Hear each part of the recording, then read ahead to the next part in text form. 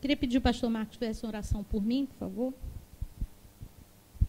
Santo Deus, soberano, majestoso Deus, eis aí a tua serva, Senhor, instrumento da tua parte, para que na noite de hoje o teu Espírito possa fluir através da tua filha e as palavras que procederem dos seus lábios possam proceder em primeiro lugar da boca de Deus. Que a pastora Mônica, a partir desse momento, seja a boca de Deus, o instrumento de Deus, para transmitir tudo aquilo que está no coração de Deus aos seus filhos e filhas, em nome de Jesus. Amém. Lucas 22:42. Ainda num restinho de clima de Páscoa, passamos aí acho que um feriado maior do que o do Carnaval, não foi? Foi um dia a mais, né? Um feriadão. Então, ainda na sobrinha desse clima de Páscoa, vamos ler Lucas 22:42, que diz assim: Jesus disse isso, dizendo: Pai, se queres, passa de mim esse cálice, todavia não se faça a minha vontade, mas a tua. Mas eu ainda vou diminuir mais isso e vou falar, sim, para a última parte do versículo, nós vamos pregar, e esse é o título da pregação de hoje: todavia não se faça a minha vontade, mas a tua. Muito, como é que eu vou dizer, maduro, talvez muito difícil, uma pessoa chegar a esse ponto de dizer: mas faça-se a tua vontade, não a minha. Jesus estava falando para Deus: faça-se a tua vontade e não a minha. Eu não perco mais nenhuma pregação de Liliane de jeito nenhum, porque ela prega, e enquanto ela está pregando, é uma coisa interessante, Liliane, Deus vai me inspirando. Você está pregando e Deus vai me dando outras coisas, eu estou ouvindo, estou participando, mas assim, essa vertente. E na semana passada, a Liliane pregou aqui sobre, quem lembra? Qual foi o título?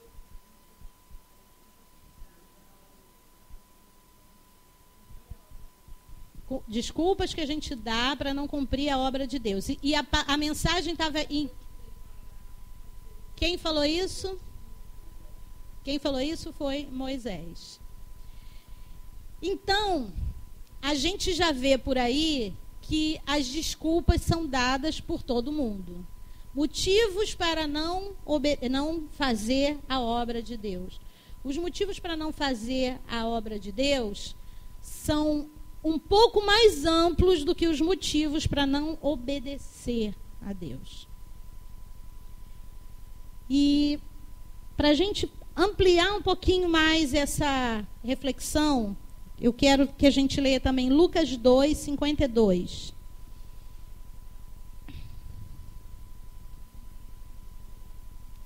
Bendito seja o nome do Senhor. É o primeiro texto.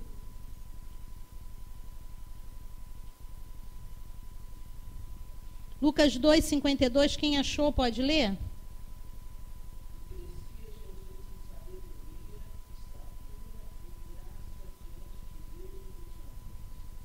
Crescia Jesus em estatura, em sabedoria, estatura e graça para com Deus e com os homens. Quando Jesus falou: faça-se, porém, a tua vontade, não a minha, quem sabe quantos anos Jesus tinha? 33 anos. Ele já tinha vivido durante 33 anos. Durante esse tempo, a referência que a gente tem da infância de Jesus, essa é uma frase, é um texto que dá a importância de Jesus como homem e nós como homens que somos, crescer em sabedoria, conhecimento e graça. Mas, vamos voltar lá para Moisés. Moisés tinha mais ou menos, Lilian falou semana passada, isso aqui está parecendo até uma sabatinazinha, né? Mais ou menos quantos anos Moisés tinha quando Deus chamou ele para retirar o povo do Egito? Confere, Lilian. Moisés cresceu no Egito, recebeu toda a instrução. O Egito era a Oxford de hoje, né? A Sorbonne, a melhor faculdade. Então, Moisés cresceu no que tinha de melhor de conhecimento, de cultura.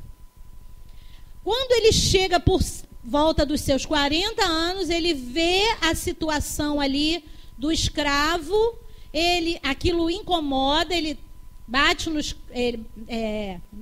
mata, né, o capataz, e por isso ele tem que fugir para o Egito, e ali ele fica 40 anos longe do Egito e crescendo lá em conhecimento, em experiência.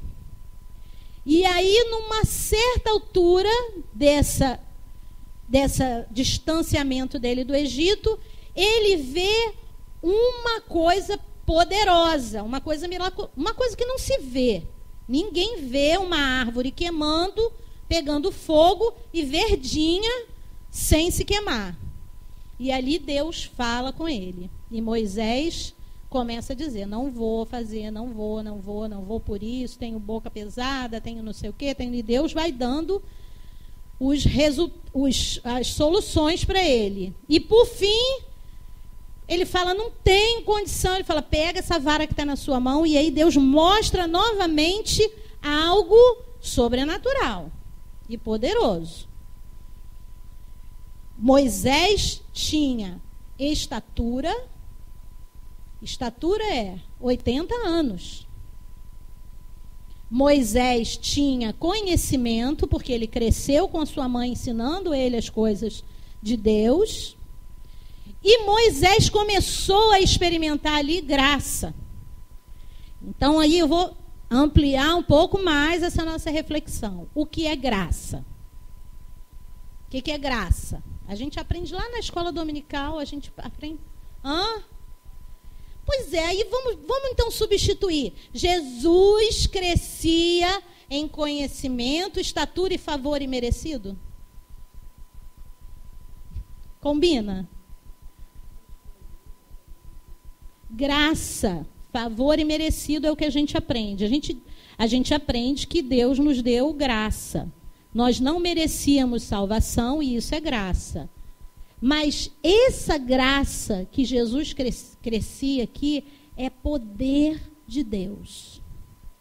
Jesus crescia em estatura, ele era um menino, quando essa passagem fala aqui, ele tinha mais ou menos 12 anos, é quando ele vai adorar, e a mãe volta no caminho, cadê Jesus? Cadê Jesus? Jesus ficou lá no templo, discutindo com os doutores. Ele já estava crescendo em conhecimento e diz que ele crescia também em graça. Se graça não é favor imerecido nessa leitura aqui, e graça é poder, como assim Jesus crescia em poder se ele era Deus? Gente, a Bíblia é uma caixa de preciosidades para a nossa vida. E a gente precisa mergulhar nos pontos, nas vírgulas e nos espaços do que está escrito na palavra de Deus. Hoje ainda nós vamos e damos desculpa para Deus para obedecer. Eu dou. Muitas coisas que Deus me manda fazer, eu falo, mas Senhor, muitas coisas eu estou com razão. E eu falo, Senhor, eu estou com razão, não vou fazer.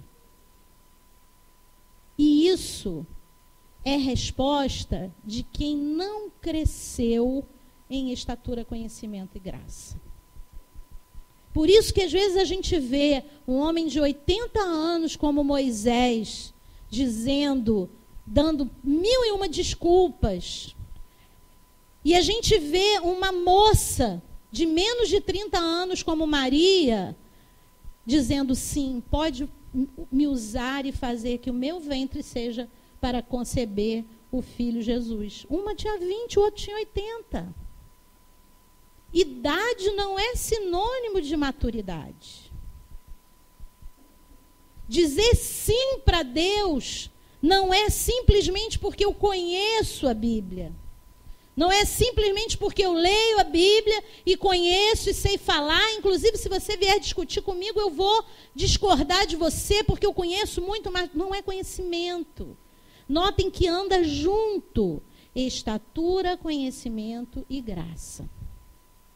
A vida do cristão tem que ser uma vida que cresça em estatura, conhecimento e graça. Não adianta a gente ter todo o conhecimento se não tiver poder de Deus. É o Espírito Santo de Deus que nos conduz à obediência. E eu estou falando isso assim, é tão claro para mim, eu peço a Deus que eu consiga fazer com que vocês entendam. Vamos olhar um pouquinho agora para Jonas. Deus falou, Jonas, vai lá em Nínive, vai lá falar para aquele povo se arrepender. E ninivita era um povo ruim. Ninivita literalmente comia criancinha. Comia mesmo. Cozinhava para comer, não sei nem se comia cru. E Jonas odiava ninivita. Falou, não vou. Jonas nem deu uma disfarçadinha, não. Ele falou, não vou. E Nínive era, sei lá, para o sul, Jonas pega um navio para o norte. Não vou. E aí, o navio, a tempestade pega o navio no meio do mar, o navio vira, não vira. Quando o navio vai virar, alguém fala, ó, tem uma pessoa lá, e joga as coisas fora, mas não tinha que jogar Jonas fora. Quando jogam Jonas no mar, ele fala, ó, essa situação aqui é por causa de mim, pode me jogar. Ou seja, prefiro morrer do que obedecer. Não quero fazer esse negócio aí que Deus me mandou fazer. Não vou fazer, eu prefiro morrer. Vocês fazem o seguinte, me joga no mar, mas eu não vou para Nínive. Me joga no mar, mas não me bota num navio de volta para o norte. Para o sul, né? É porque... Aí, Jonas cai no mar. O grande peixe engole Jonas, ele fica lá dentro, e lá dentro ele se arrepende, ainda por cima o peixe cospe ele na praia de Nínive. Tem teólogo que diz que esse livro é um livro poético, né?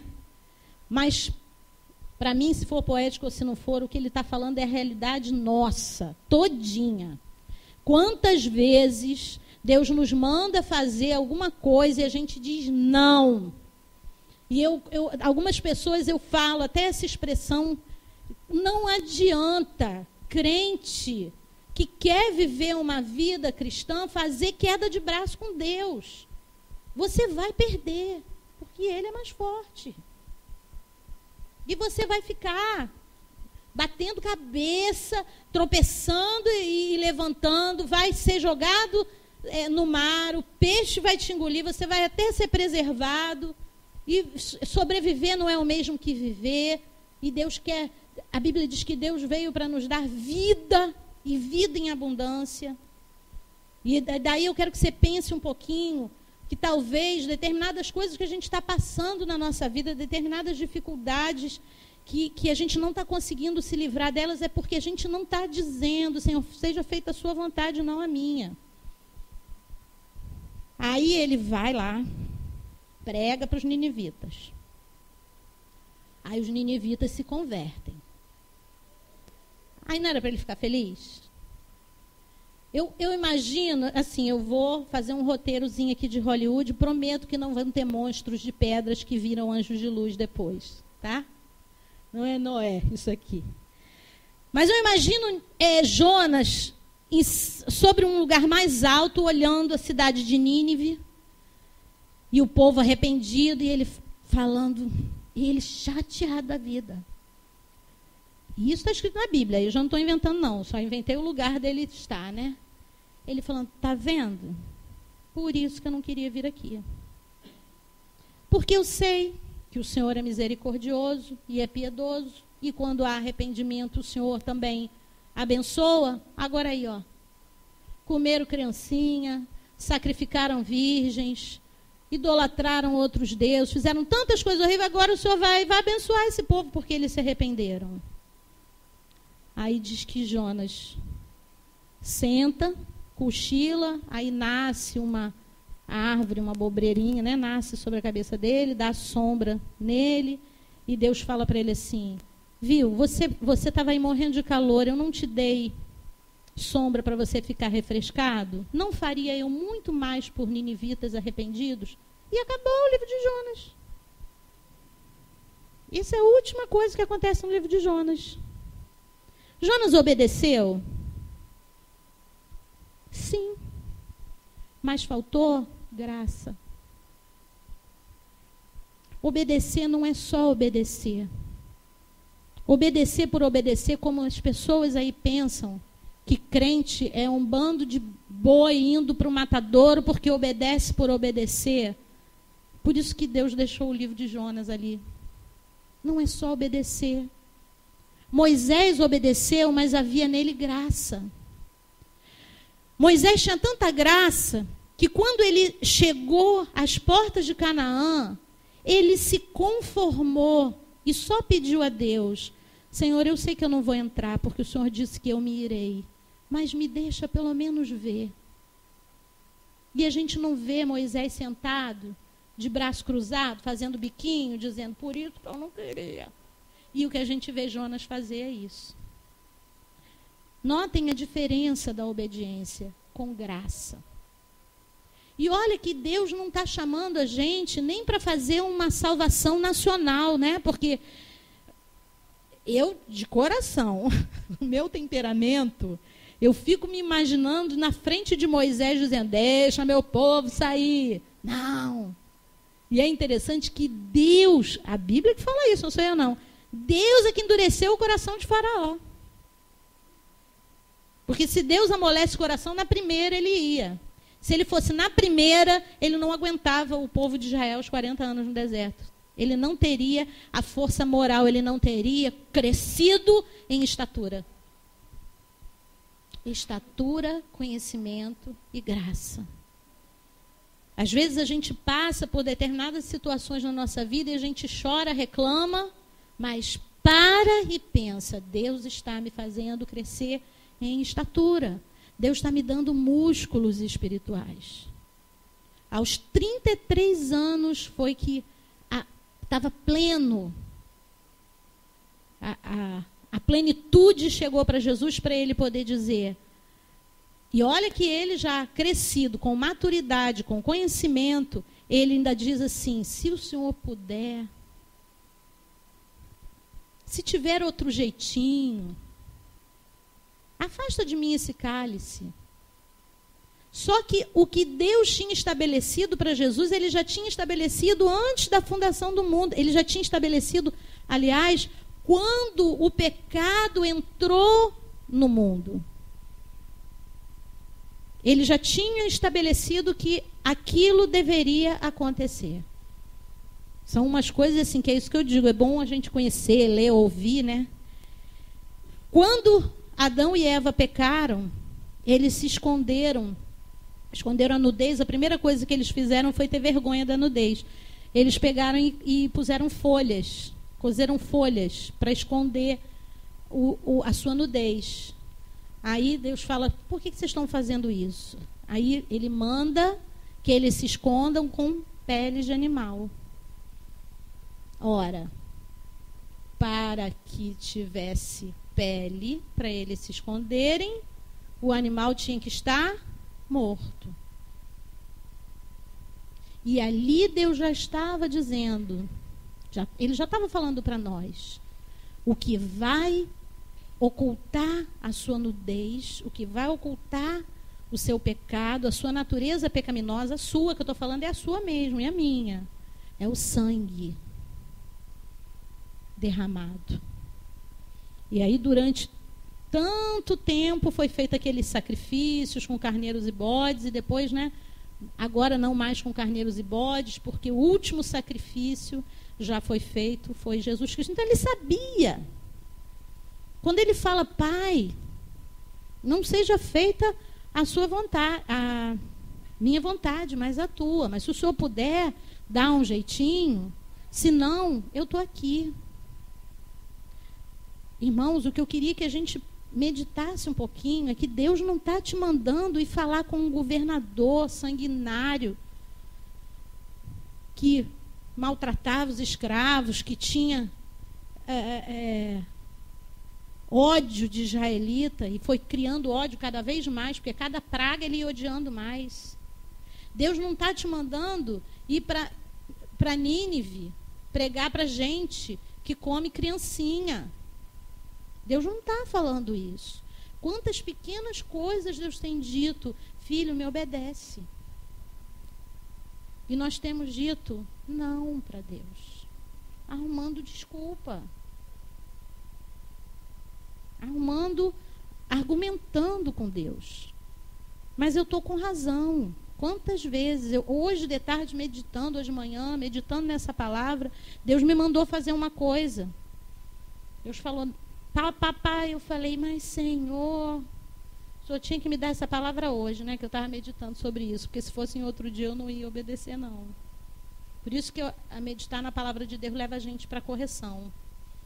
Porque quando a gente está meditando e Deus fala e de repente você está distraído, né? Se você estiver distraído, você fala, não.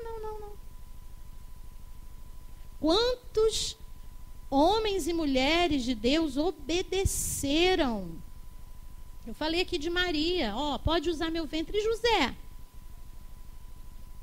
Você faz uma ideia que José deve ter tido fama ali em volta dele? Filha do Espírito Santo, que nada. Traiu você aí, agora está grávida, o bobão casou com ela. Mas tinha graça, tinha poder de Deus. Não era favor imerecido, tinha poder de Deus. Fazer a vontade de Deus é fruto de conhecimento, maturidade e poder. Eu separei algumas pessoas aqui, Jonas, Jeremias e os profetas. Vai ver a vida dos profetas. Por isso que quando às vezes eu ouço hoje, Deus é tudo de bom, tudo que vai viver uma vida piedosa. Está lá no Novo Testamento. Todo aquele que quiser viver uma vida piedosa há de padecer aflição. Mas é glorioso, amados. É glorioso, porque quando você está fazendo com Deus junto, esse poder, ele dá uma força para a gente, ele dá um ânimo para a gente. Elias, quando estava lá na caverna, que ele fala, não vou me esconder aqui porque Jezabel vai me matar, e Deus vai lá e fala, vai. E ele indo, ele sabia que ele ia ser morto. Ele obedeceu. Pedro e os discípulos. Imagina você estar na beira lá da praia, pescando, e Jesus fala, segue-me, vem e segue-me. Eles obedeceram. Paulo. E eu queria deixar, assim, um deverzinho de casa para a gente, porque você sabe o que Deus tem te mandado obedecer. A Bíblia, ela deixa instruções de obediência para nós, que são instruções de uma vida cristã, mas no nosso dia a dia, Deus às vezes pede a gente pequenas coisas para obedecer. Uma vez Deus falou, não corte seu cabelo.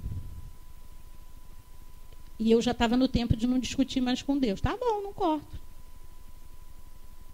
Aí passou um tempo, ele falou, agora pode cortar.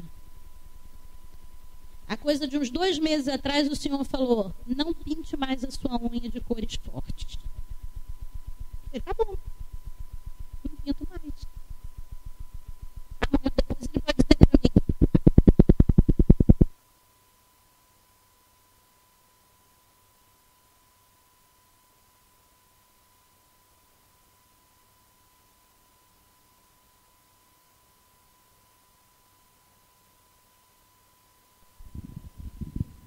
tem nada na Bíblia que diga, e nem eu estou lançando uma doutrina aqui, tá, irmãos? Irmãs, principalmente. Eu não estou chegando aqui dizendo assim, Deus está dizendo de hoje em diante para as irmãs não usarem mais esmalte escuro. Eu estou falando algo que Deus fez comigo. Não é doutrina. Por isso que eu não quero vir. Eu até pensei, eu falei, eu vou pegar uma lista, uma relação de coisas que Deus... Cheguei a pegar umazinha, só para... Abre ali, Mariana, Mateus 5:44. Peguei umazinha, porque a Bíblia está assim de coisa que Deus manda a gente obedecer e a gente diz não. A gente diz não com nossas atitudes, a gente diz não com a nossa não perseverança. Cada dia, olha só o que diz. Eu, porém, vos digo, amai a vossos inimigos, bendizei os que vos maldizem, fazei bem aos que vos odeiam, orai pelos que vos maltratam e vos perseguem, para que sejais filhos do vosso Pai que está nos céus. Facinho, né? Fácil, né, Carlinhos? Volta lá, no anterior. Amai os vossos inimigos. Moleza, né, não? Pergunta para Jonas se foi moleza. Foi o que Jonas fez. E a gente tem dito para Deus não quando as nossas atitudes diferem daquilo que Ele mandou fazer. Mas se eu ficar fazendo aqui para vocês uma lista do que Deus fala na palavra, é tão interessante que hoje eu tive que me segurar, porque na escola dominical aí, o Paulo estava falando a diferença entre educar e ensinar.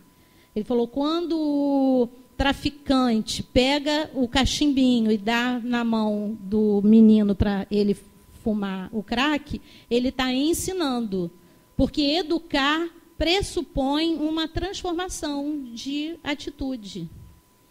E, irmãos, nós temos sido muito educados e pouco ensinados. Porque o ensino, a avaliação do ensino, ela é feita através de observação de atitude.